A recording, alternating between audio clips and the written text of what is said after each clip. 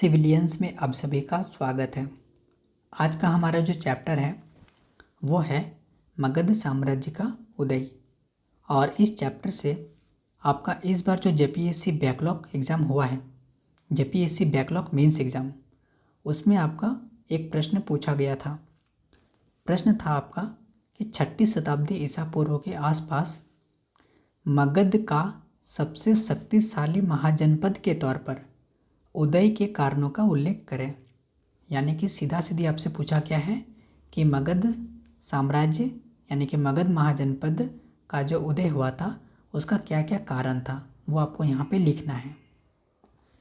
तो देखिए, सिलेबस में हमारा मेंशन है मगध साम्राज्य का उदय, और आपका जो प्रश्न है वो सीधा सीधी उदय से संबंधित ही पूछा गया है। इसी प्रकार से जब हमने सिंधु घाटी सभ्यता को पढ़ा था तो वहाँ पे हमने देखा था कि सिलेबस में हमारा मेंशन है सिंधु घाटी सभ्यता की उत्पत्ति। और इस बार जो 11th जेपीएससी एग्ज़ाम हुआ उसमें आपका सीधा सीधी उत्पत्ति से संबंधित प्रश्न पूछा गया था। फिर हमारा टॉपिक मेंशन था विशेषता, सिंधु घाटी सभ्यता की विशेषताएं। और 7th जेपीएससी में ये प्रश्न आपका पूछा गया था। और इस बार जो बैकलॉग एग्ज़ाम हुआ है उसमें भी आपका ये प्रश्न रिपीट किया गया था। तो प्रश्न आपका बहुत ज़्यादा डीप नहीं पूछा जा रहा है जेपीएससी एग्ज़ाम में। जो पूछा जा रहा है वो सीधा सीधी जो टॉपिक जो सिलेबस में आपका मेंशन है वही सब पूछा जा रहा है। और एग्ज़ाम में आपका कुल 4 क्वेश्चंस पूछा जाता है, और 4 में से बाय चांस अगर एक आध प्रश्न में थोड़ा बहुत घुमा भी दे, यानी एक आध प्रश्न घुमावदार पूछ दे, तो उसके लिए आप टेंशन मत लीजिए, क्योंकि आपको 4 में से कोई 2 का ही आपको आंसर देना होता है। तो 4 में से 2 प्रश्न तो निश्चित ही ऐसा रहेगा जो आप सीधा सीधे पढ़ के जाएंगे, और बाकी हम लोग मान के चलते हैं कि 2 प्रश्न आपका थोड़ा घुमावदार पूछ ले, तो इसका मतलब ये नहीं कि आप इसको बिल्कुल भी नहीं बना पाएंगे। अगर आप पूरा सिलेबस को पढ़े रहेंगे तो इन 2 प्रश्नों को भी आप सॉल्व कर लेंगे वहाँ पे। और एग्ज़ाम में आपको 4 में से कोई 2 को ही बनाना होता है, और आपको सीधा सीधी जो टॉपिक जिस प्रकार से हमारा जेपीएससी एग्ज़ाम आप उठा के देख लीजिए, PYQ यानी कि पिछला साल का क्वेश्चन सब आप देख पाएंगे कि जो टॉपिक आप पढ़े हैं आपका प्रश्न भी उसी टॉपिक से पूछा जाएगा। और अगर आप अच्छे से चीज़ों को पढ़े रहेंगे, चीज़ों को समझेंगे, प्रैक्टिस करेंगे, रिवीजन करेंगे, तब उसको आसानी से बना भी लेंगे।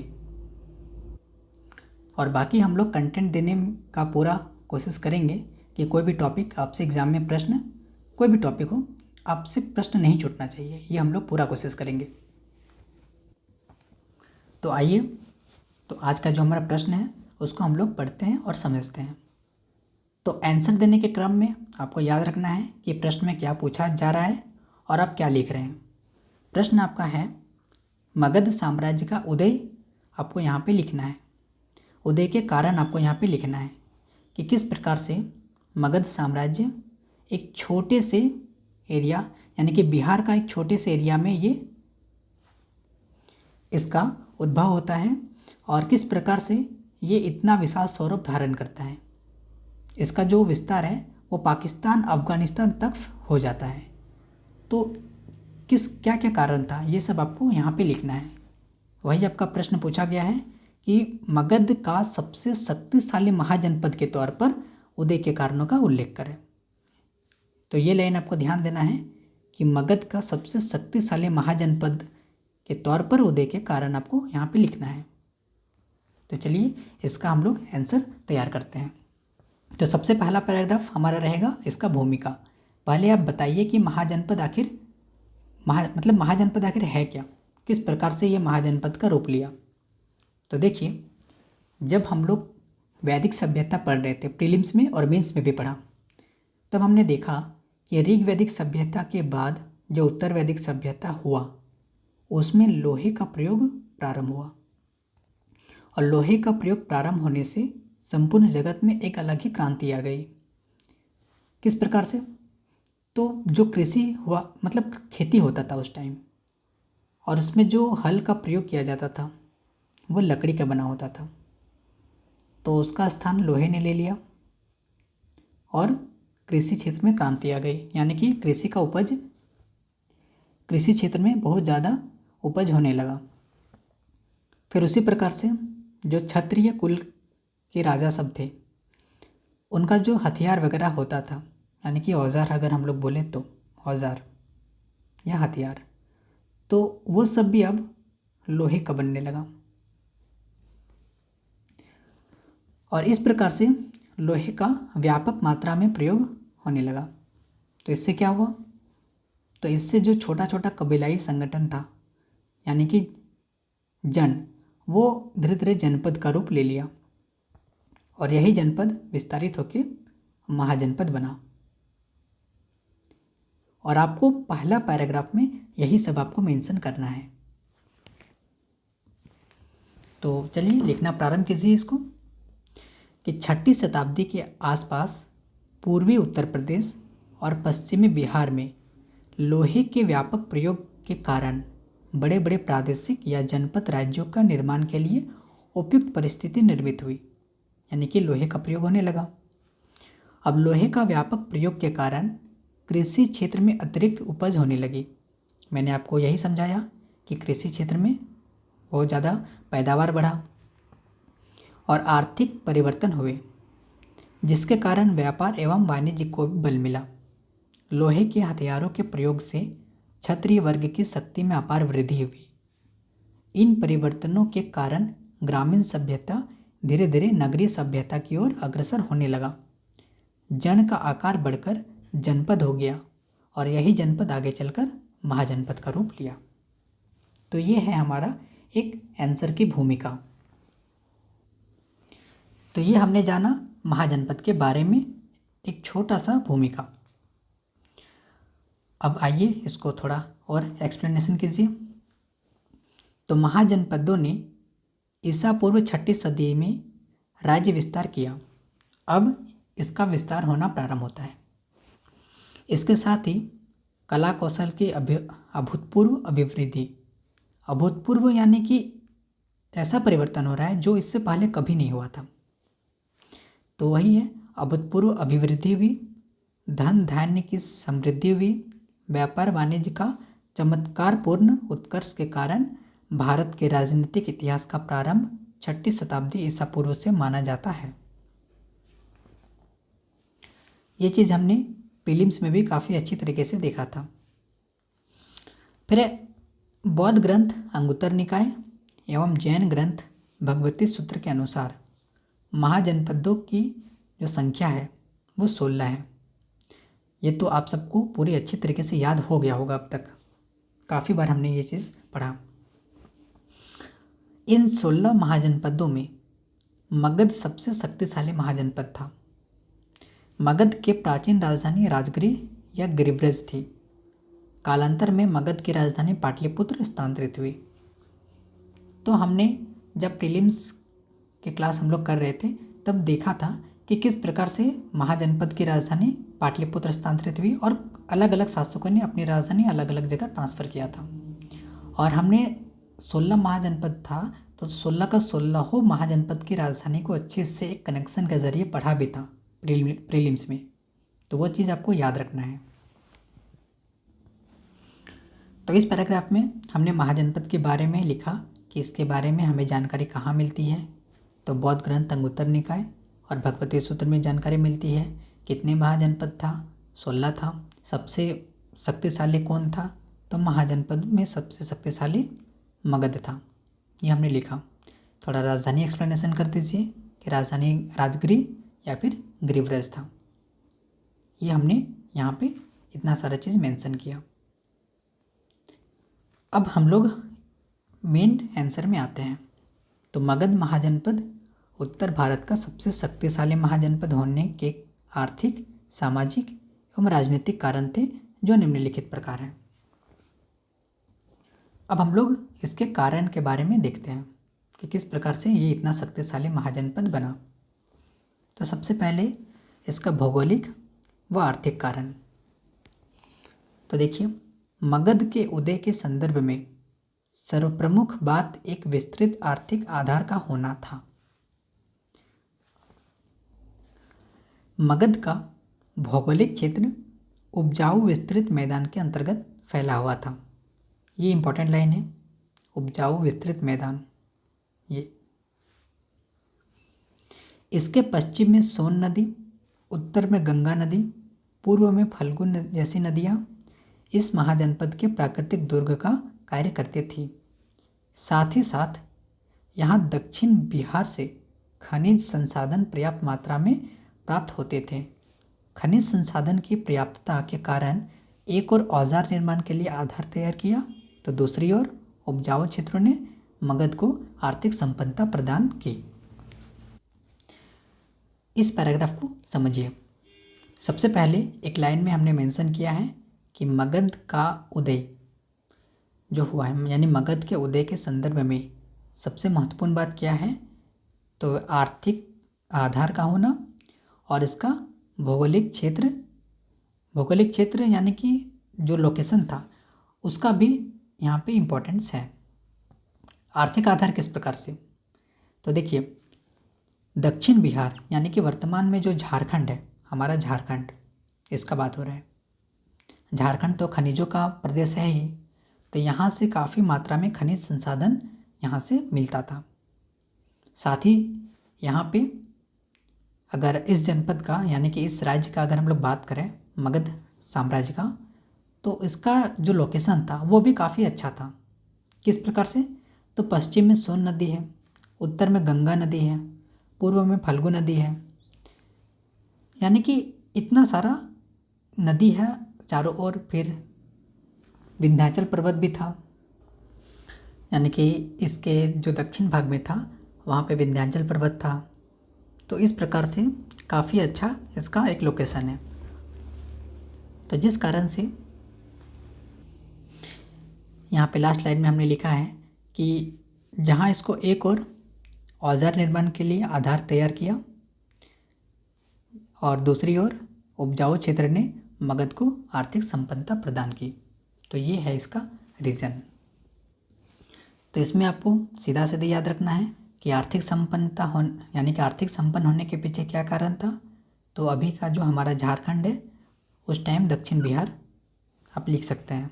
तो दक्षिण बिहार से इसको खनिज संसाधन पूरा मिला, साथ ही साथ इसका जो लोकेशन है वो नदियों से घिरा हुआ है, यानी कि सोन नदी, गंगा नदी, फल्गु नदी, ये सब प्राकृतिक दुर्ग का कार्य करती थी, जिस कारण से एक और इसको औजार निर्माण करने के लिए आधार तैयार किया गया, तो दूसरी ओर उपजाऊ क्षेत्र ने मगध को आर्थिक संपन्नता प्रदान किया। बस, यानी कि कुछ लाइन को आप समझ के पूरा का पूरा पैराग्राफ आप आराम से लिख सकते हैं। फिर है मगध के आर्थिक रूप से शक्तिशाली होने में नदी मार्ग, व्यापार, वन क्षेत्र का भी महत्वपूर्ण योगदान रहा।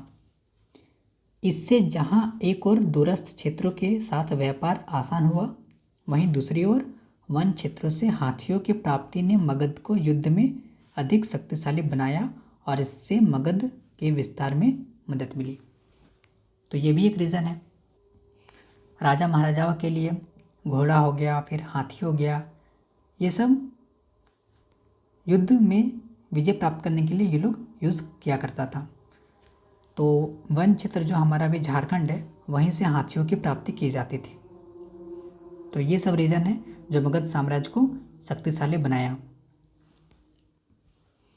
तो ये हो गया हमारा पहला टॉपिक, भौगोलिक और आर्थिक कारण। फिर है सामाजिक व राजनीतिक कारण। तो देखते हैं इसको भी। तो मगध के उत्कर्ष में सामाजिक खुलापन का भी महत्वपूर्ण योगदान रहा।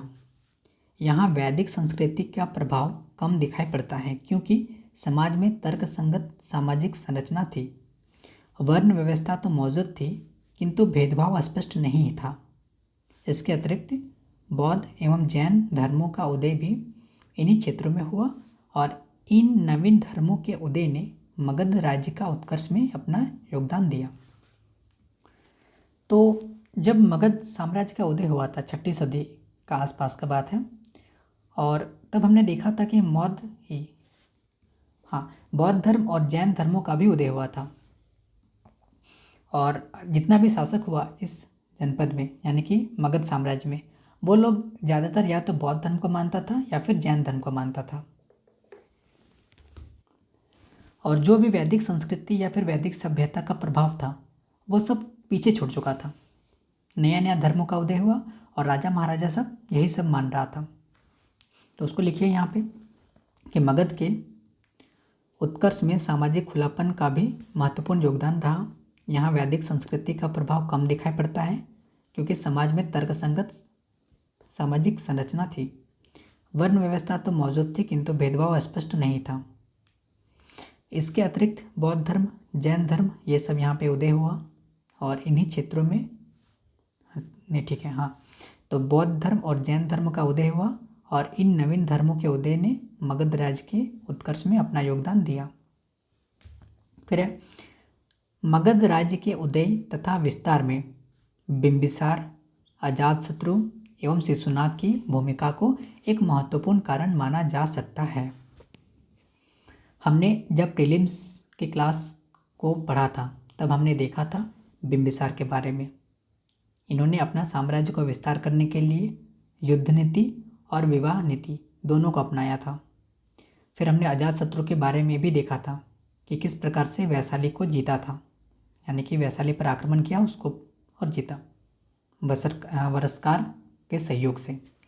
और फिर शिशुनाग के बारे में भी हमने देखा था। जो जो हमने वहाँ पे पढ़ा था सेम टॉपिक आपको यहाँ पे मेंशन करना है। तो देखिए मगध साम्राज्य के उदय तथा विस्तार में बिंबिसार, अजातशत्रु एवं शिशुनाग की भूमिका को एक महत्वपूर्ण कारण माना जा सकता है क्योंकि बिंबिसार ने युद्ध, वैवाहिक संबंध एवं कूटनीति के माध्यम से न केवल मगध राज्य की स्थापना किया बल्कि इसके विस्तार में भी योगदान दिया।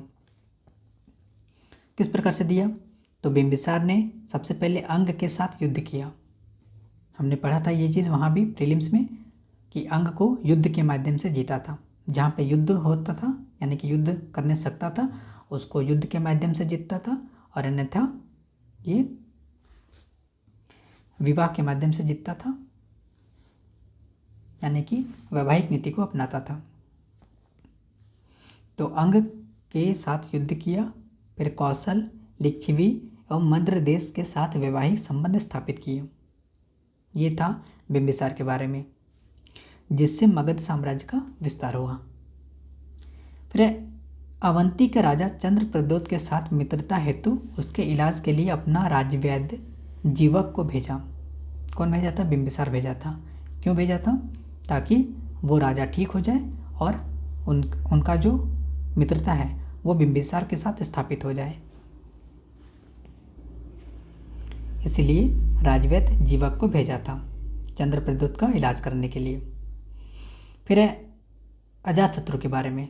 तो ये तो बिंबिसार के बारे में लिख दिया। अब अजातशत्रु के बारे में लिखिए किस प्रकार से मगध साम्राज्य का विस्तार किया था वो। तो वही अजातशत्रु ने अंग को, कौशल को, वत्स आदि राज्यों के साथ युद्ध करके मगध की स्थिति को सुदृढ़ किया। और अजातशत्रु का वैशाली पर सफल आक्रमण एक महत्वपूर्ण उपलब्धि मानी जाती है। अजातशत्रु का सबसे महत्वपूर्ण विजय वैशाली ही था। तो वैशाली को ये इतने आसानी से तो जीत नहीं सकता था, तो क्या किया? कूटनीति अपनाया। इसका एक दोस्त था वसक्कार, यहाँ पे थोड़ा सा मिस्टेक लगता है, नहीं ठीक है, वस्कार ही था, स्पेलिंग ठीक है। तो वस्कार की सहायता से 2 हथियार लाता है, एक रथमुसल, एक महाशिला कंटक। ये दोनों हथियारों का प्रयोग किया और वैशाली पर आक्रमण किया और उसको जीत लिया। तो लिखिए कि रथमुसल तथा महाशिला कंटक नामक 2 हथियारों का प्रयोग करके उसने वैशाली पर आक्रमण किया व उस पर विजय प्राप्त कर मगध का अंग बना लिया। तो ये था अजातशत्रु के बारे में। फिर शिशुनाग के बारे में लिखिए कि शिशुनाग ने अवंती तथा वत्स राज्य पर अधिकार कर उसे मगध साम्राज्य में मिला लिया तथा वैशाली को राजधानी भी बनाया। तो ये है शासकों के बारे में कि किस प्रकार से अलग अलग शासक ने अपना नीति के माध्यम से इस साम्राज्य का विस्तार में योगदान दिया। तो देखिए इतना लंबा पैराग्राफ आपको रटना नहीं है, कुछ चीज़ों को समझना है और कंसेप्ट सब दिमाग में रखना है और लिख देना है। सबसे पहले बिंबिसार के बारे में आपको याद रखना है कि इसने विवाह के माध्यम से और युद्ध के माध्यम से साम्राज्य विस्तार किया, ठीक है। और विवाह के माध्यम से कहाँ कहाँ वैवाहिक संबंध स्थापित किया था उसको लिख पा रहे हैं तो ठीक है, अन्यथा जितना मैंने यहाँ पे लिखा है आप इतना ही लिखिए, क्योंकि वहाँ पे आपको शब्द सीमा भी ध्यान में रखना है। आपका आंसर 600 वर्ड्स के आसपास ही होना चाहिए, ये आपको ध्यान में रखना है। बहुत ज़्यादा लिखने की आवश्यकता नहीं है। ऐसा नहीं है कि बिंबिसार के बारे में आप पूरा जानते हैं तो यहीं पे पूरा पैराग्राफ सिर्फ बिंबिसार को लेकर भर दिए, ये भी सही नहीं है। तो जो महत्वपूर्ण है वही आप यहाँ पे लिखिए। तो सबसे पहले लिखिए कि बिंबिसार युद्ध एवं वैवाहिक संबंध तथा कूटनीति के माध्यम से अपना साम्राज्य का विस्तार किया। किस प्रकार से किया? तो सबसे पहले अंग को जीता युद्ध के माध्यम से, और वैवाहिक संबंध कहाँ कहाँ स्थापित किया था?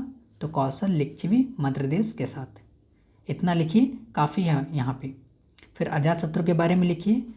तो अजातशत्रु के बारे में आपको लिख लेना है कि वैशाली पर आक्रमण इसका सबसे सफल आक्रमण था और महत्वपूर्ण था, तो इसको आपको ज़रूर एक्सप्लेनेशन करना है। इसके लिए किस प्रकार से युद्ध को लड़ा था, तो इसको थोड़ा सा लिखिए कि रत्नमूसल और महाशिला कंटक नामक 2 हथियार का प्रयोग किया और वैशाली पर आक्रमण किया, उसको जीता। फिर अजातशत्रु के बारे में लिखना है, नहीं उसके बारे में हो गया। फिर शिशुनाग के बारे में लिखना है, तो इसने अवंती पर और वत्स राज्य पर अधिकार कर लिया और मगध साम्राज्य में उसको मिला लिया।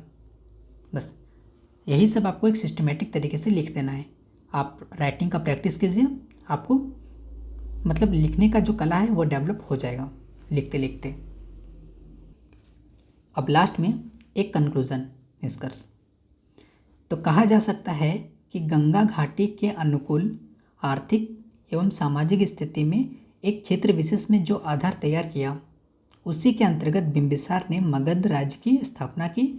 फिर अजातशत्रु ने इसे विस्तृत स्वरूप प्रदान किया और मगध राज्य के उदय ने पृष्ठभूमि का काम किया, जिसके बाद चंद्रगुप्त मौर्य, अशोक जैसे सम्राट द्वारा एक विशाल मौर्य साम्राज्य की स्थापना की गई।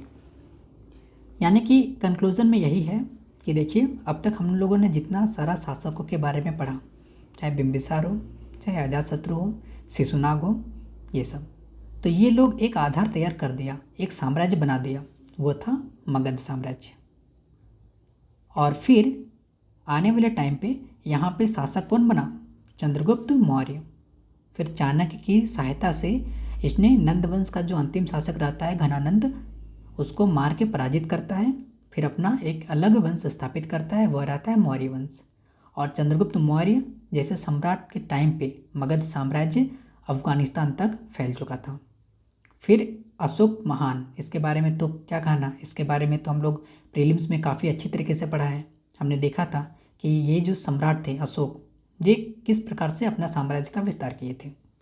और मौर्य सम्राट, मौर्य नहीं, मगध जो साम्राज्य थे वह किस प्रकार से इतना दूर तक फैलाव हो चुका था इसका, ये हमने वहाँ पे देखा था।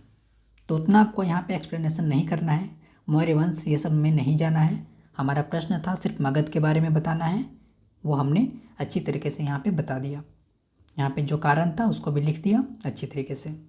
शब्द है ये लगभग 800 के आसपास। आपको एग्ज़ाम में इतना वर्ड नहीं लिखना है, नहीं तो सारा प्रश्न अटेम्प्ट करने में आपको प्रॉब्लम हो सकता है। आपको 600 वर्ड्स ही आपको वहाँ पे लिखना है, और इतना शब्द काफ़ी है आपका एग्ज़ाम में एक अच्छा स्कोर के लिए। तो ये था आज का क्लास। आज हम लोग एक ही प्रश्न को डिस्कस करते हैं और एक ही प्रश्न से आपका ये चैप्टर यहाँ पे कंप्लीट होता है। अब नेक्स्ट क्लास में हम लोग मौर्य वंश को पढ़ेंगे, चंद्रगुप्त मौर्य के बारे में, फिर अशोक के बारे में, इस तरह से हम लोग पढ़ेंगे आगे। वीडियो देखने के लिए थैंक यू।